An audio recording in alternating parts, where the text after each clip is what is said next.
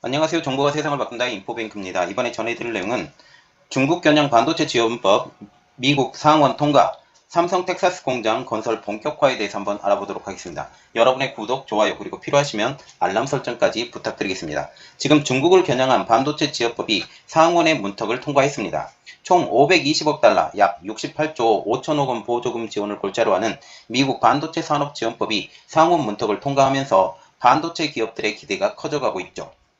미국 하원의원에서도 같은 법안이 통과될 예정이어서 삼성전자 반도체 공장 건설이 본격화될 것으로 보입니다.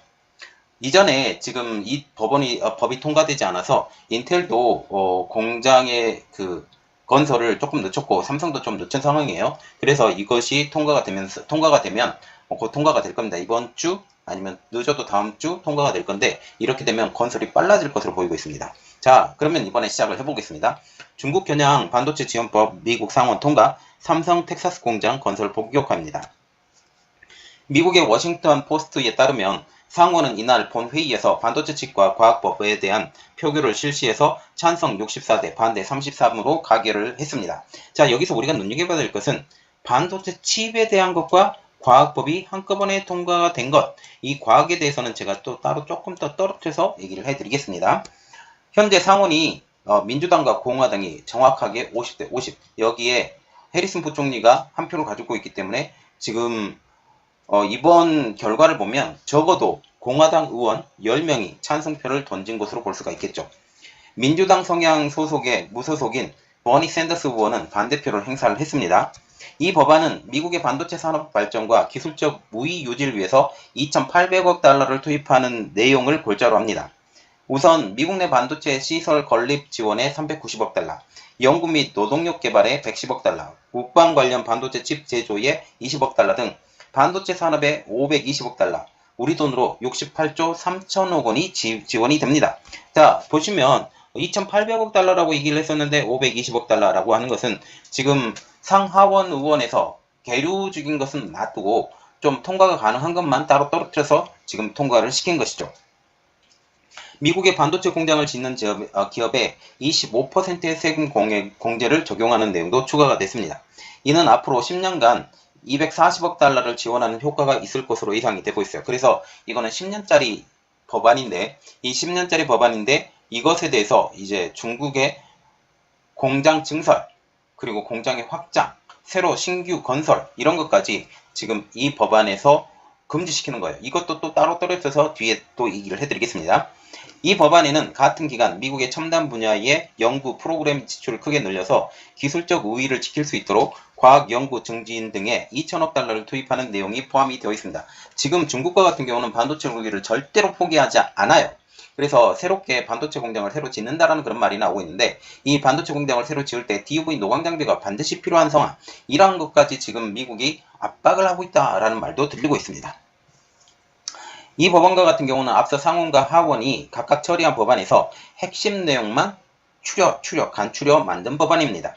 민주당과 바이든 행정부는 병합 심사 지연으로 인해서 법안 심의가 좌초될 위기에 몰리자 반도체 산업 지원 관련한 부분만 먼저 처리하기로 상하원 공화당 민주당이 합의해서 지금 처리를 하게 된 것이죠.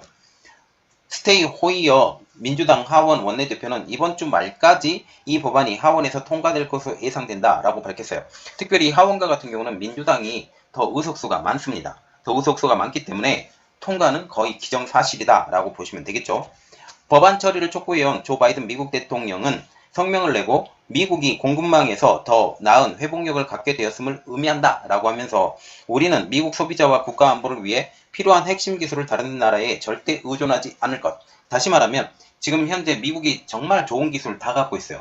기술을 갖고 있고 생산력에서는 한국과 대만이 생산력을 갖고 있죠. 그리고 기기와 같은 경우는 지금 미국도 많지만 일본도 많아요. 이러한 칩포동맹까지 다 연결되는 부분들이 다 있기 때문에 지금 이것은 굉장히 중요한 내용이라는 사실이죠. 지금 현재 반도체 업체들도 한때 반도체 지원법을 놓고 팽팽한 입장 차이를 보여왔습니다. 인텔, 텍사스 인스트루먼트, 마이크론 테크놀로지 등 반도체 제작과 설계를 모두 담당하는 기업들은 찬성 의사를 밝혀왔죠. 그러나 AMD, 퀄컴, 엔비디아와 같은 칩 설계 전문 업체, 말하자면 팹리스 업체들은 제조 기업들에게만 이 혜택이 돌아간다라고 하면서 이 법을 강하게 비판해 왔습니다. 특히 이 법이 통과될 경우 인텔이 특별한 수혜를 입을 것이라는 지적도 제기되었죠. 인텔은 최근 미국 오하이오주에 200억 달러 규모의 반도체 공장을 건설하기로 발표해 법안이 통과될 경우 가장 많은 혜택을 볼 것으로 알려지고 있습니다. 하지만 반대 의사를 나타냈던 팹리스 업체들은 대승적인 차원에서 지지하는 쪽으로 입장을 선회하면서 반도체 지원법을 추진하는 의원들에게 힘을 실어줬습니다. 지금 미국과 같은 경우는 로비가 아주 합법적이에요. 합법적이기 때문에 이러한 반도체 업체들이 합치가 없다면 이번 법은 통과되기가 어렵다라는 말이 나오고 있었지만 이 팹리스 업체들이 한 발 뒤로 물러선 것 때문에 이 법이 통과가 되었다는 거죠.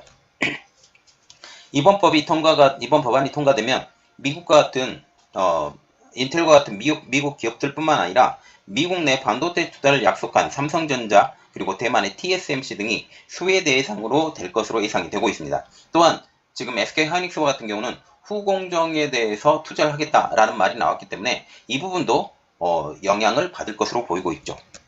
이들 기업은 미국 의회의 반도체 지원법안 추진 등을 계기로 대규모 투자 계획을 발표했기 때문입니다. 이 법에는 반도체 지원 법안만 있는 것은 아닙니다. 단순히 반도체 지원법만 있는 게 아니라 총 2,000억 달러에 달하는 과학 연구 관련 예산 집행 권한도 승인을 했죠. 이 중에 기초과학 연구를 상용하기 위한 810억 달러의 규모 예산도 포함이 되어 있습니다. 그래서 기초개발까지 한꺼번에 투자를 하는 미국이 되겠습니다. 이 예산은 국립과학재단 기술이사회에 배정이 되었죠. 미국 내 지역기술 허브를 구축하는 방안도 포함이 되어 있습니다. 미국 의회 예산국은 향후 10년 동안 칩스 플러스 약 800억 달러가량의 예산이 소요될 것이라고 밝혔습니다. 자, 그러면 우리가 생각을 해야 될 것이 이번 법안의 통과를 가장 바랐던 것은 반도체 공장들을 가지고 있는 기업들. 그래서 이러한 반도체 기업들이 있다라고 하면서 이것에 대해서 좀 더 자세히 알아보도록 하겠습니다. 한미 반도체 기업들도 지금 반도체 지원 법안을 통과를 기대하면서 직간접적으로 미국을 압박하고 있었죠. 200억 달러를 투자해서 오하이오주 공장을 짓기로 했던 인텔은 최근 착공식까지 연기했습니다. 처음부터 지원을 받겠다라는 거죠. 그리고 삼성전자도 170억 달러 규모의 제2파운드리 공장을 건설을 미루고 있습니다. 이것도 마찬가지로 처음부터 지원을 받겠다라는 그런 내용입니다. 삼성전자는 텍사스 테일러의 공장을 짓기로 하면서 지난달 착공식을 열 예정이었었지만 아직까지 일정이 확정되지 않았습니다. 그리고 이번에 통과가 되면 날짜 확정해서 착공식을 열 예정으로 알려지고 있죠.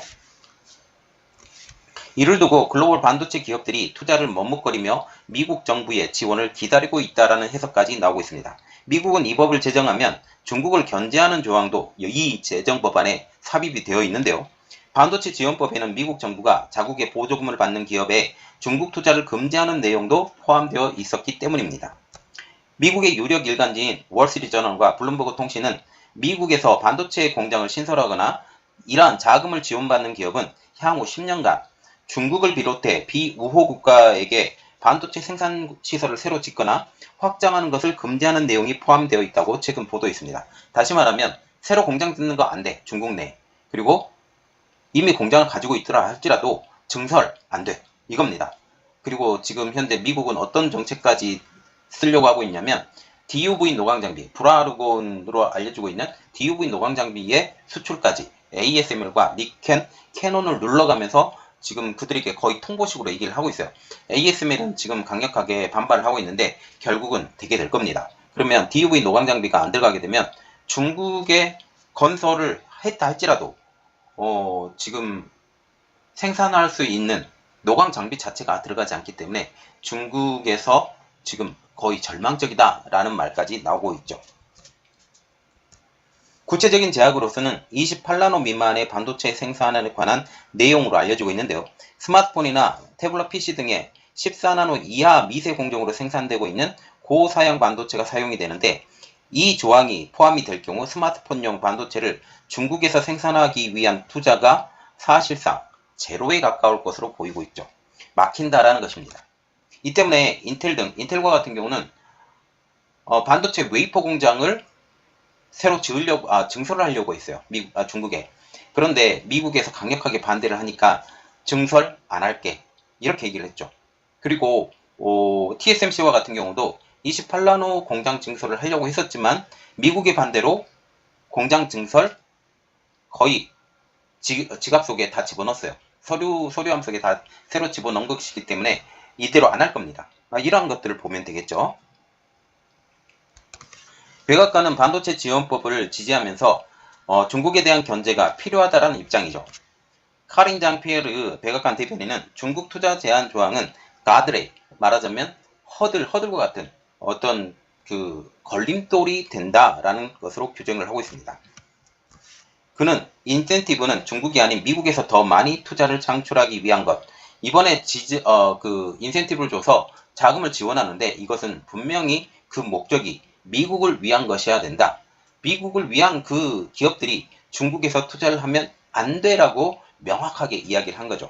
이 가드레일은 중국에 대한 투자 확대를 저지하는 데 도움이 되기 때문에 이 법안에서 매우 중요하다고 밝히고 있습니다. 다만 우리 기업은 새롭게 중국의 반도체 공장 투자를 늘리는 등의 계획은 잡혀져 있지 않기 때문에 현재 상황은 큰 문제는 없을 것이라는 게 전문가들의 입장입니다. 그러나 이 기간 자체가 10년이나 되기 때문에 10년간 중국을 비롯한 비우호 국가, 대표적인 나라가 러시아가 되겠죠.